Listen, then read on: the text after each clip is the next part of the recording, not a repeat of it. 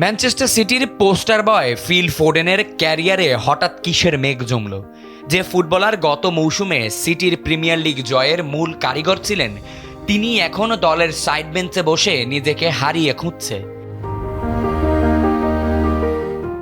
চলতি মৌসুমে সিটির শেষ 12 ম্যাচের মাত্র 4টিতে শুরুর একাদশে সুযোগ পেয়েছেন ফোডেন। এমনকি চ্যাম্পিয়ন্স লিগে রিয়াল মাদ্রিদের বিপক্ষে 3-0 গোলের বড় ব্যবধানে হারের দিন পুরোটা সময় তাকে মাঠের বাইরে বসে থাকতে হয়েছে। পেপ গার্দিওলা সিটির খেলার ধরন বদলে ফেলায় ফোডেনের এই দুর্দিনের প্রধান কারণ। সিটি এখন আর আগের মতো খুব বেশি বল ধরে রেখে বা পাসিং করে না খেলে সরাসরি এবং দ্রুত প্রতিপক্ষের রক্ষণে হানা দেওয়ার চেষ্টা করছে। আর এই নতুন কৌশলে সেমেনিও এবং চেরকির মতো গতিময় খেলোয়াড়রা ফোডেনের চেয়ে অনেক বেশি কার্যকর ও ডাইনামিক হয়ে উঠেছেন। গত 14 ডিসেম্বরের পর থেকে ফোডেন আর জালের দেখা পাননি।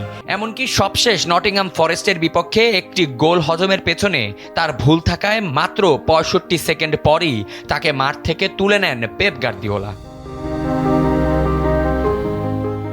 অথচ গেল মৌসুমে 19 গোল আর 8 অ্যাসিস্ট করে লিগের সেরা ফুটবলার হয়েছিলেন এই ইংলিশ প্লেমেকার।